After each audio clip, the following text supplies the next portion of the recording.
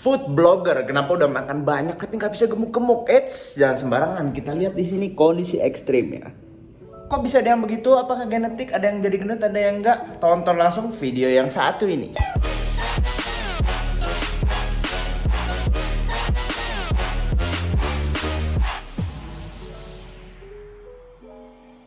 Oke, hello, what's up guys? Balik lagi nih sama gue Stephen Budiono di channel Budi Builder. Sebelumnya di video yang kali ini gue mau membahas tentang food blogger, tapi yang pasti gue tidak bersifat menyerang atau tidak bersifat untuk menghina. Jadi tujuan dari video ini adalah untuk hiburan semata. Jadi yang pasti setiap orang punya profesinya masing-masing. Jadi di sini kita akan menghormatinya, tapi di sini gue akan bantu untuk memberikan insight-insight gue.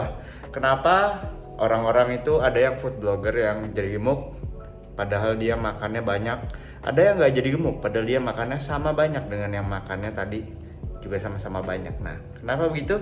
Kita langsung simak di video yang kali ini. Jadi di video yang kali ini gue ambil contoh dari si Nikocado Avocado ya. Jadi video di belakang itu bentar lagi kita akan lihat. Video-videonya tuh banyak banget. Oh ya, tapi sebelum itu jangan lupa untuk teman-teman subscribe di channel gue Budi Builder, dan juga like dan juga komen kalau misalkan ada pertanyaan apa-apa, karena kita akan bahas semua satu persatu.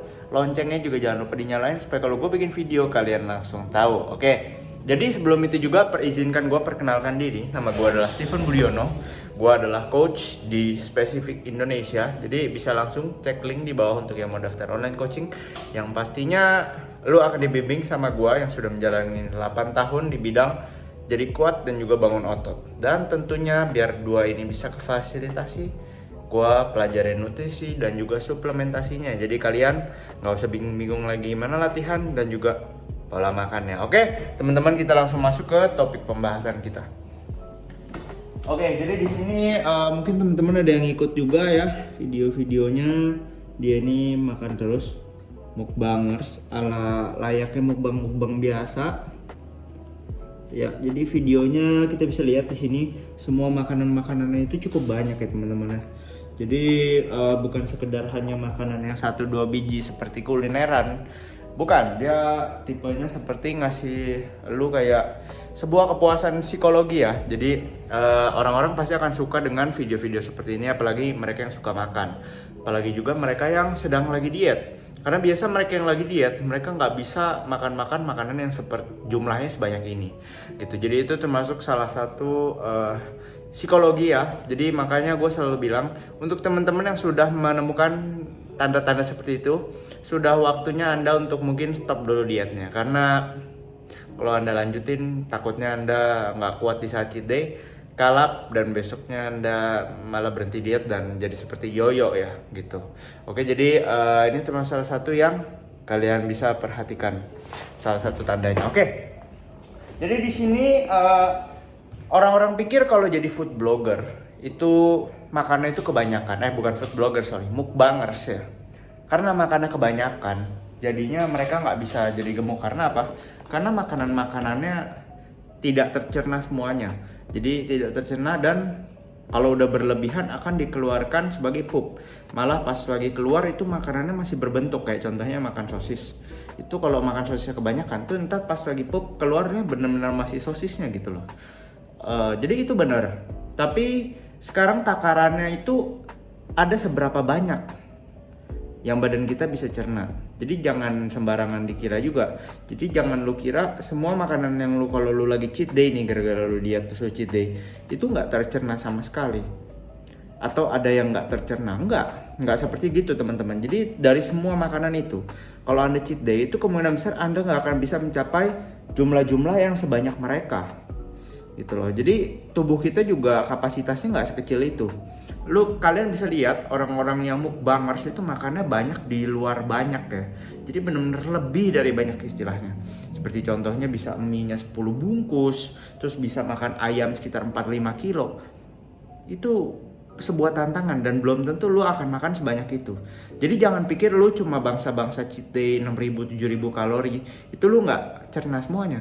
Lu cerna gitu. Jadi jangan jadiin alasan cheat day nggak apa-apa, karena kebanyakan makanannya nggak diserap. Jangan seperti itu.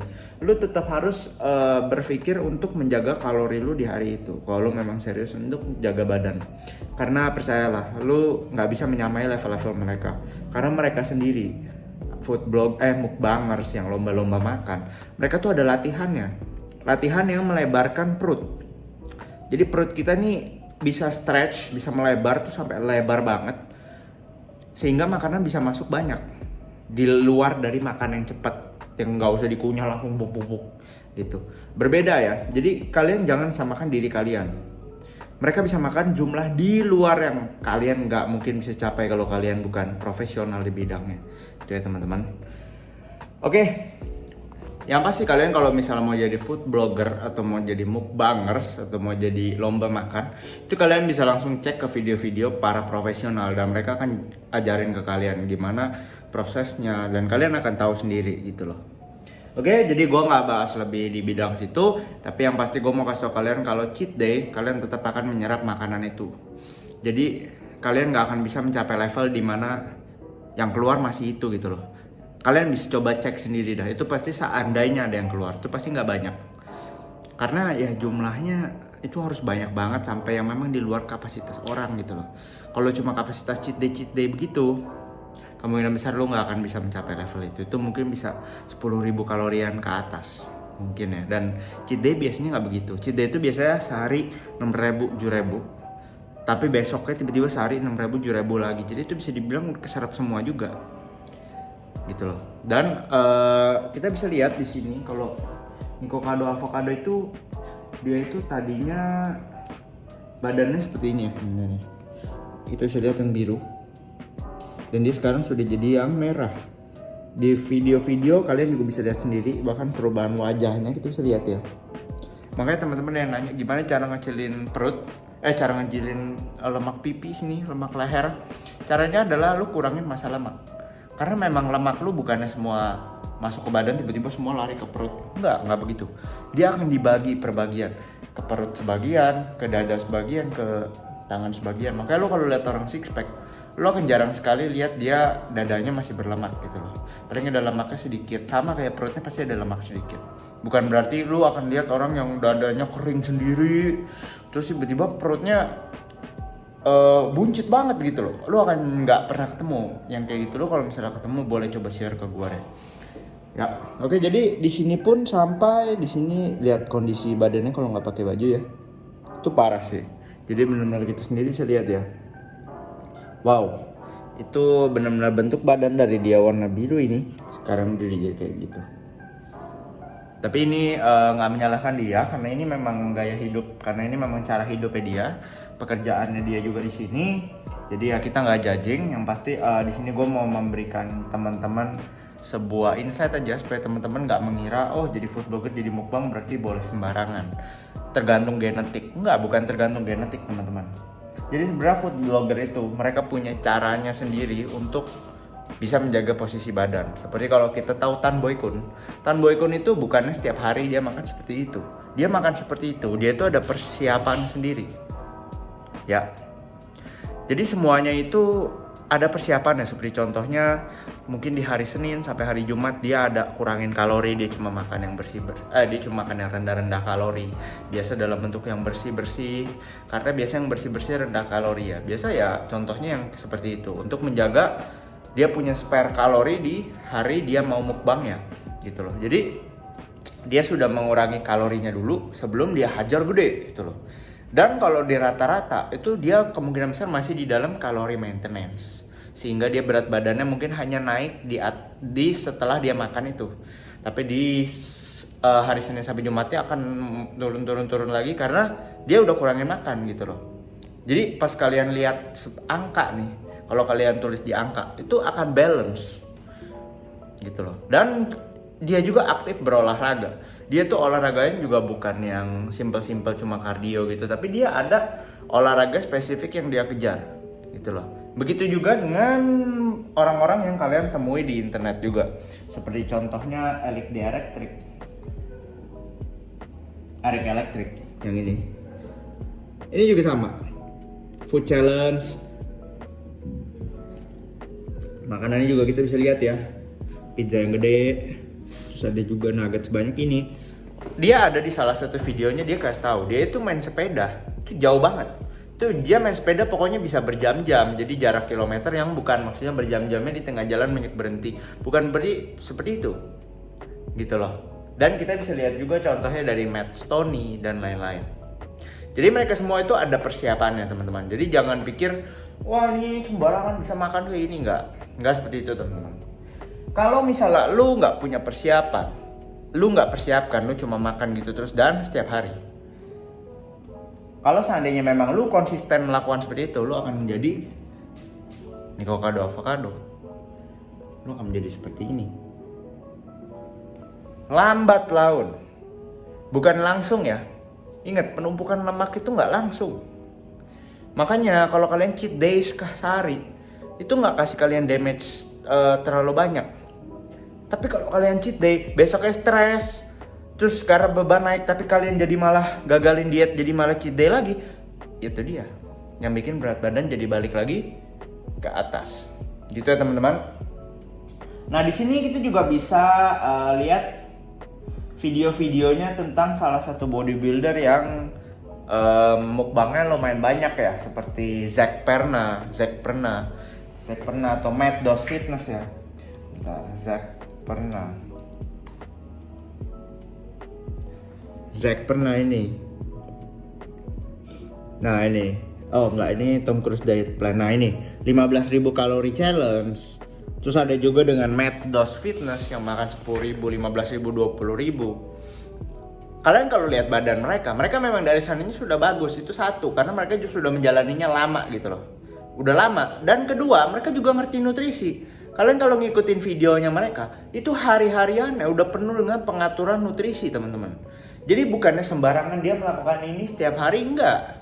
Semua ada persiapannya. Nah kalau misalnya kalian sebut yang di Indo seperti Magdalena gitu-gitu, mereka juga ada persiapannya, bukannya sembarangan. Mungkin juga mereka punya metabolisme yang lebih kencang daripada orang biasa. Tapi bukan berarti mereka nggak ada persiapan. Mereka mungkin dikaruniai bisa makan lebih banyak. Tapi tetap aja, kalau kalian bandingin badannya dengan orang yang olahraga beban dan jaga makan, badannya beda. Dan kalian juga mungkin nggak lihat perutnya kayak gimana kan. Magdalena kan nggak buka-bukain, lo nih perut gue nih kayak gini. Nggak juga gitu loh. Jadi kalian jangan pikir perutnya nggak makin maju. Mungkin kalau misalnya dia nggak makan seperti itu, dia badannya akan lebih langsing. Mungkin ya. Tapi kembali lagi, dia nggak mengincar langsing. Dia mengincar ya memang kerjaannya itu gitu loh. Jadi jangan pikir semua nggak ada persiapan. Dan semua nggak ada batasnya. Dia pun pasti akan memperhatikan. Kalau dia udah terlalu lost, dia pasti akan perhatiin. Untuk orang-orang yang memang mau perhatikan. Kalau orang yang nggak mau perhatikan, ya kita bisa lihat hasilnya jadi seperti kembali lagi Nikocado Avocado. Itu. Jadi kalian jangan hanya melihat mukbangers yang di luar sana yang kurus-kurus doang. Ada yang gendut, ada yang jadi gendut teman-teman. Jadi jangan pikir, oh ini semua orang kok jadinya kurus padahal dia mukbangers, apakah mereka semua genetiknya bagus? Enggak juga. Ada yang nggak pakai persiapan jadinya gendut juga, gitu loh. Oke, supaya di sini dapat menjelaskan teman-teman semuanya yang pasti ingat, kebanyakan makan itu yang akan menjadikan badan kita lama-lama makin gendut.